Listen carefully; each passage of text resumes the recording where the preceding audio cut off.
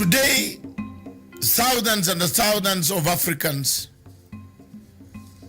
and many countries in Africa have conflicts.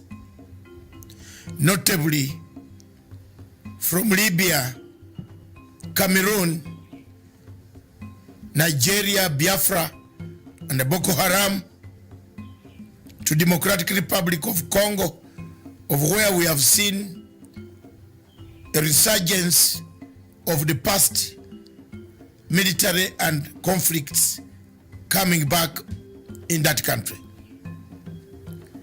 Hundreds and hundreds of people have been displaced, killed, maimed, tortured, raped, several of them dying of hunger, starvation, and other natural causes. The fighting seems not to be ending. For the sake of Libya, the Libyan recognized international government is under siege in Tripoli from another faction recognized by Egypt, France, UAE, and other countries. Whereas the one in Tripoli is recognized by the UN, it has been bombarded, has been strangulated, and many millions of Libyans are dying of hunger, lack of water. The water system has been cut off. The bombardment goes on.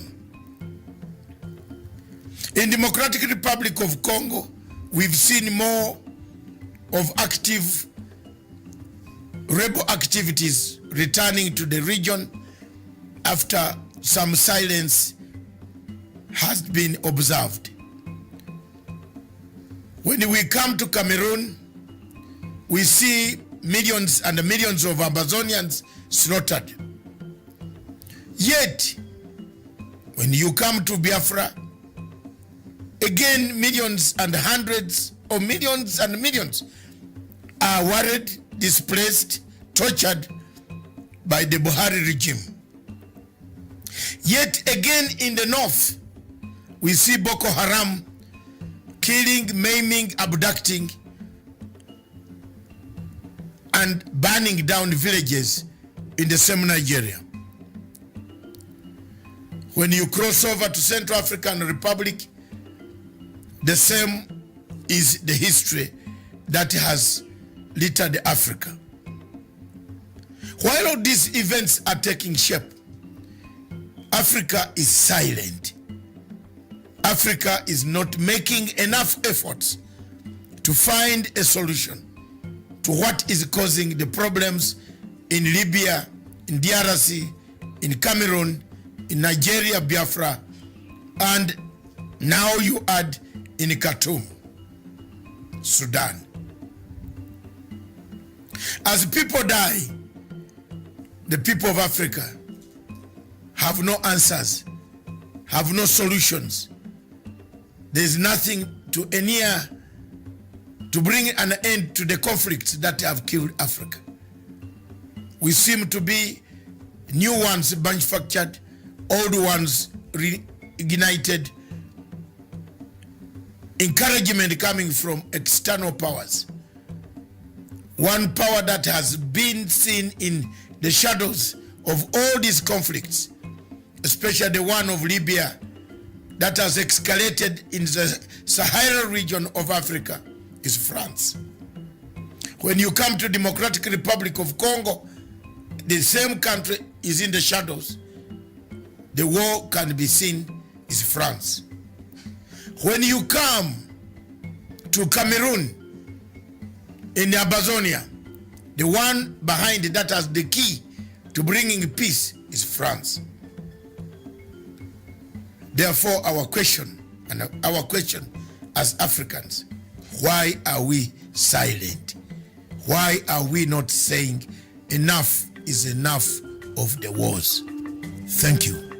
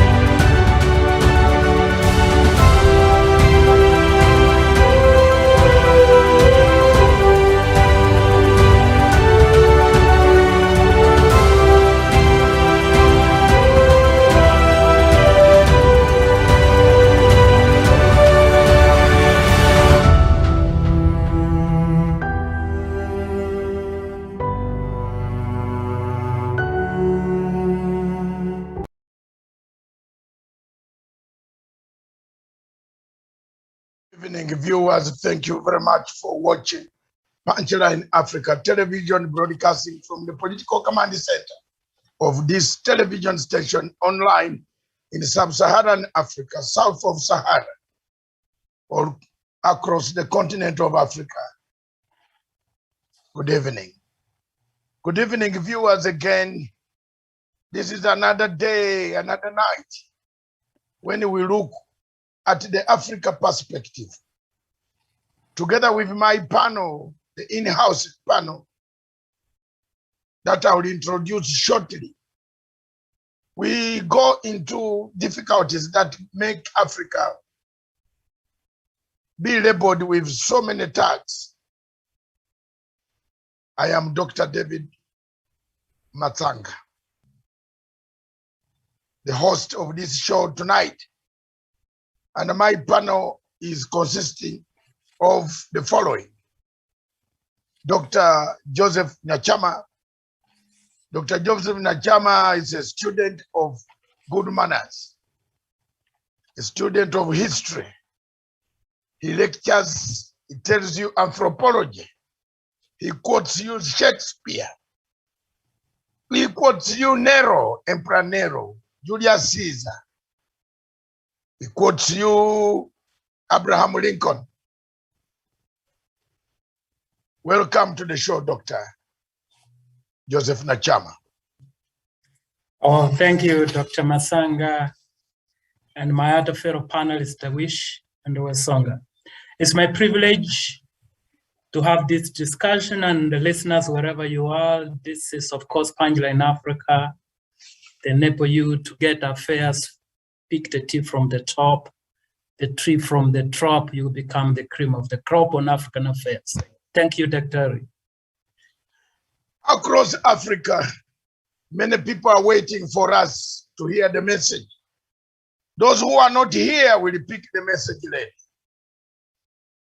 Right down in the Mara reserves, near the Tsafo National Park in Narok, is none other than Tawish Olesesana Samuel. Good evening, Tawish.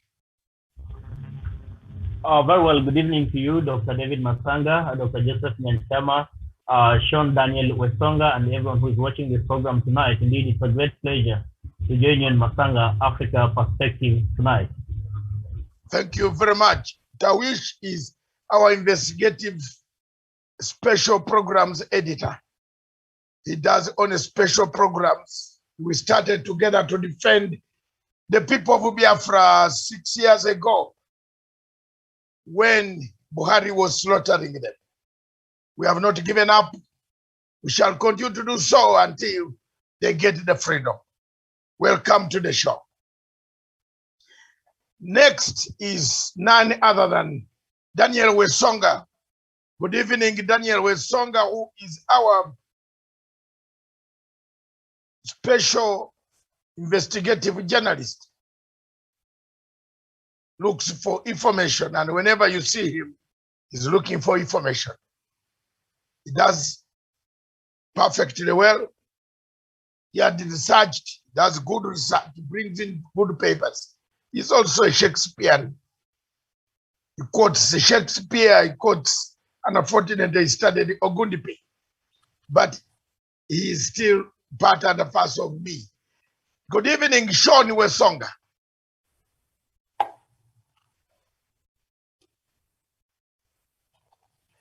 Good evening, Sean.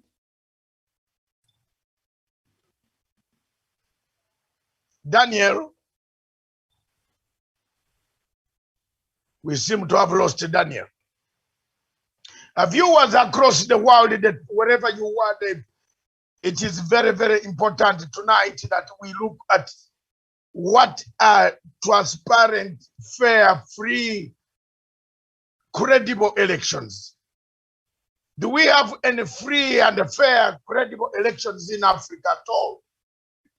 Where in Africa can you cite one example, apart from South Africa, maybe, where elections end up, and when they are up and finished, you rarely see few people. You rarely see the Democratic Alliance going to court to the Supreme Court to overturn the winning side. You rarely see people fight in the streets of Johannesburg, except they can fight on other things, the looting which took place. That is understandable. But where in Africa do you see elections ending peacefully without the loser going into the Supreme Court to find a solution? Why is it so? Do we really have free, fair, and transparent elections? Does Africa hold any free and fair elections at all? Several countries on the continent of Africa are gearing towards the holding of elections. Are they going to be free and fair? Will there be transparency? Kenya is holding a free and it's holding elections anytime next year in August, according to their timetable and the Constitution of Republic of Kenya. Elections are supposed to be held. But are these elections worth it? It also now brings me to my question. Are we able as Africans to continue wasting money on elections when actually elections in Africa are becoming useless? That is the topic we have at hand today. That is the topic that we do like to look at. Across the continent of Africa, a coup took place in Guinea. It's a result of extension of the constitution and the elections. In several parts of Africa, Tanzania, in Uganda, there are still pull and push. Members of the opposition did not agree. They took the case to the court, Supreme Court, and they removed it. They withdrew the case. Do we really have elections? In Kenya, several times, a court nullified an election because the ballot papers that were spoiled could not be found. Is Africa ready for an election? Do we have elections? Do we have transparent elections? In Zimbabwe, up to today, the loser is still talking of 2018 elections. 3 years and 2 years left for him to go to the polls again. He's not reorganizing his party, but he's simply talking about the lost elections of the past. Does Africa know what are free and fair elections? I would start with you, Dr. Nyachama. What are free, fair, transparent elections? What should they be? How do they look like? An election where there are no dirty bodies left. Like in Gabon, when they did an election some 5 years ago, over 300 people lost their lives. The Supreme Court was burned down, and the parliament was burnt down.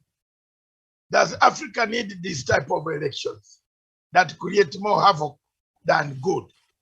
Dr. Nyachama. Oh, thank you, Dr. Matsanga. I think Wesonga Daniel and Tawish Oresasena. It's my privilege this evening. Dr. Matsanga, that's a question many well-meaning African citizens are asking. Is elections worthy if after such elections we have a lot of challenges, people dying, both during and after? I think, Dr. Matsanga, from our own perspective, let us take a little time to find out the kind of elections structure was simulated from countries which are cohesive nations. In fact, cohesive nations are nations which are physically united and are not easily destabilized by divisive forces such as ethnic,